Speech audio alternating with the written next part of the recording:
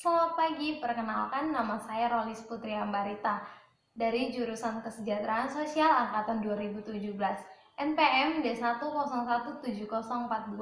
Adapun tujuan saya membuat video ini adalah untuk memenuhi tugas dari mata kuliah Analisis Kebijakan Sosial yang diampu oleh Bapak Dr. Aris Munandar, SOS MSI. Di mana buku yang kami baca adalah buku yang berjudul tentang metode kuantitatif untuk analisis kebijakan dari Bapak Suadi Farudin, Universitas Cokro Aminoto Palopo. Berikut saya akan menjelaskan tentang apa yang saya dapat dari buku ini. Dalam buku ini dijelaskan tentang definisi pembangunan berkelanjutan, yaitu di mana pembangunan berkelanjutan adalah pembangunan untuk memenuhi kebutuhan generasi sekarang tanpa mengorbankan generasi yang akan datang untuk dapat memenuhi kebutuhannya. Dalam pengoperasionalan pembangunan berkelanjutan, World Bank menjabarkan tentang konsep pembangunan berkelanjutan ini dalam bentuk kerangka segitiga pembangunan berkelanjutan, di mana suatu pembangunan dikatakan berkelanjutan ketika keadaan ekonomi, ekologi, dan sosialnya bersifat berkelanjutan. Yang pertama, berkelanjutan secara ekonomi. Artinya bahwa suatu kegiatan pembangunan dapat membuahkan pertumbuhan ekonomi, pemeliharaan kapital, dan penggunaan sumber daya serta investasi yang secara efisien. Yang kedua, berkelanjutan secara ekologi.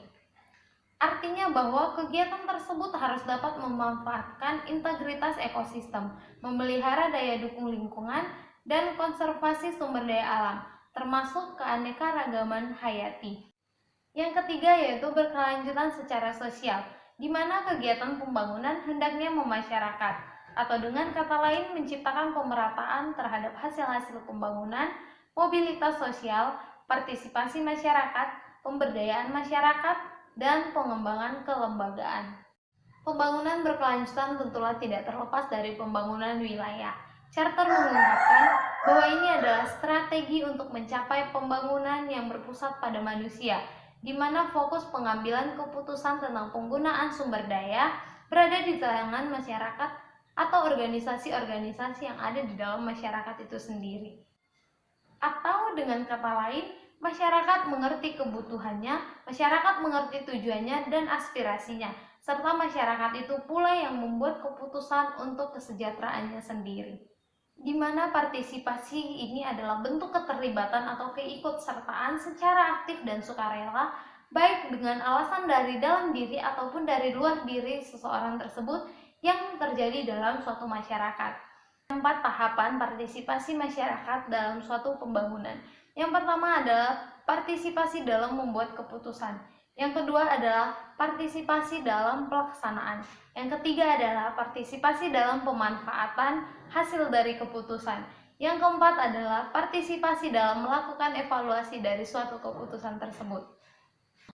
Berikut ada beberapa bentuk partisipasi, yaitu yang pertama partisipasi pasif, yang kedua partisipasi dalam memberikan informasi, yang ketiga partisipasi dalam bentuk konsultasi, yang keempat partisipasi karena insentif material.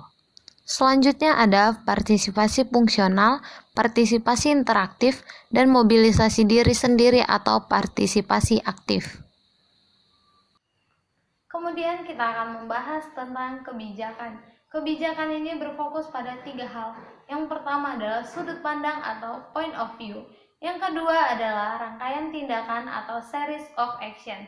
Yang ketiga adalah pengaturan atau regulation. Ketiga hal ini adalah pedoman untuk seseorang mengambil keputusan dalam membentuk kebijakan. Dalam proses penyelesaian masalah, seringkali justru kita gagal dan bahkan mengalami masalah baru. Karena dalam kenyataannya, permasalahan kebijakan bukan permasalahan yang tunggal, bukan permasalahan yang berdiri sendiri. Hal ini merupakan bagian dari seluruh sistem. Oleh karena itu, tidak dapat didefinisikan atau tidak dapat dipisahkan dari masalah-masalah yang lain sehingga dijadikan masalah-masalah sendiri. Dalam pembuatan suatu kebijakan, tentulah dilatar belakangi oleh adanya suatu permasalahan yang ingin diselesaikan.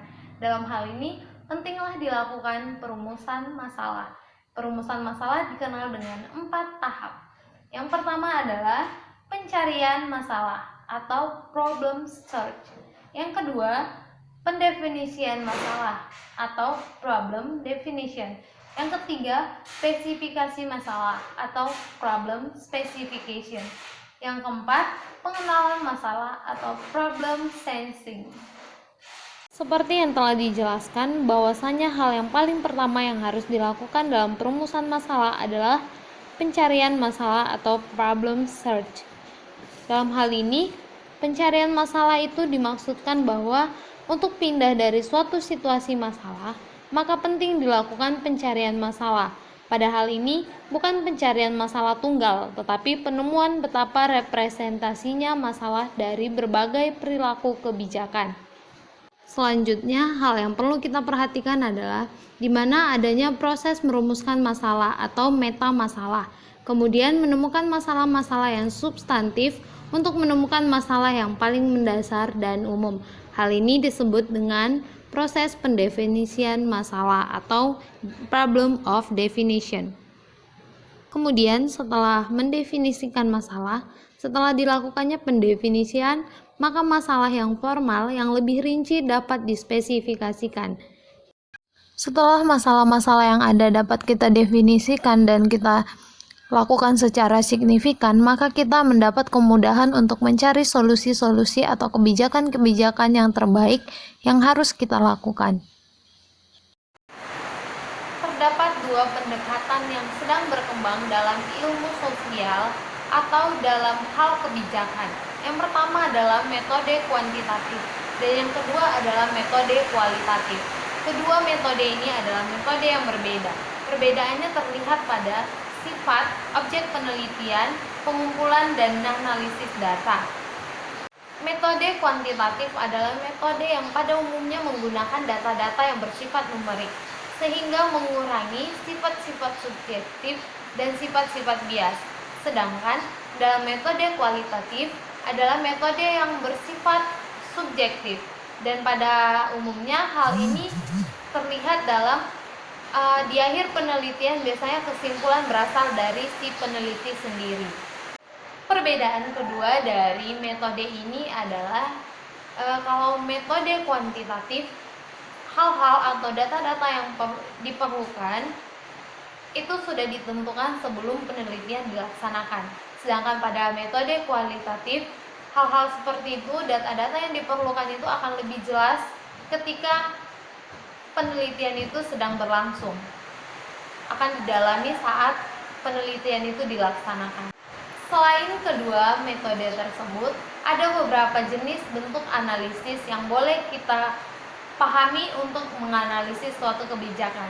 Yang pertama adalah analisis multi kriteria, di mana analisis ini adalah jenis pengambilan keputusan dengan membandingkan berbagai opsi, yaitu pengambilan opsi ini dilakukan dengan membandingkan beberapa opsi yang telah ada. Hal ini juga dapat dilakukan untuk pembobotan untuk beberapa opsi yang telah disediakan. Yang selanjutnya adalah analisis stakeholder, di mana analisis ini adalah bentuk pengambilan keputusan dengan melibatkan pihak-pihak yang terkait sebagai pelaku pembangunan. Dalam hal ini, biasanya stakeholder ini adalah merupakan organisasi-organisasi atau masyarakat yang terkena dari dampak suatu kebijakan yang akan ditentukan. Yang ketiga adalah analisis prospektif, di mana analisis ini adalah pendekatan dengan menganalisis berbagai kemungkinan yang akan terjadi di masa yang akan datang dengan melihat situasi yang terjadi saat ini. Yang selanjutnya adalah Analytical Hierarchy Process atau AHP, yaitu proses analisis di mana proses ini mendudukan pikiran, logika, pengetahuan, pengalaman, emosi, serta perasaan dalam proses pengambilan keputusan untuk hari ke depan. Selanjutnya adalah Participatory Rural Appraisal, yaitu pendekatan di mana masyarakat sendiri yang memiliki dan berbagi informasi dan masyarakat sendiri yang memilih untuk hal-hal atau keputusan-keputusan yang akan diambil untuk kesejahteraan mereka sendiri. Selanjutnya adalah gabungan dari analisis stakeholder dengan analisis multi kriteria, yaitu di mana analisis ini dinamakan dengan trade-off analysis. Analisis ini disebut dengan skenario kebijakan, di mana dalam hal ini stakeholder digunakan untuk mempertimbangkan berbagai strategi-strategi yang dapat digunakan untuk mengambil suatu kebijakan. Selanjutnya, yang terakhir yang perlu dilakukan adalah multidimensional scrolling atau MDS, yaitu potret tingkat keberlanjutan pembangunan, di mana potret ini dinyatakan dari hal-hal yang telah dialami dari berbagai dimensi pembangunan ataupun berdasarkan hasil pengalaman, perhitungan, analisis ataupun data-data sekunder dan data-data lainnya, yaitu menunjukkan nilai yang baik atau nilai yang buruk dari suatu kebijakan yang telah ditentukan. Sekian dari saya, semoga bermanfaat, dan apabila ada kata-kata yang salah saya mohon maaf. Terima kasih, selamat pagi.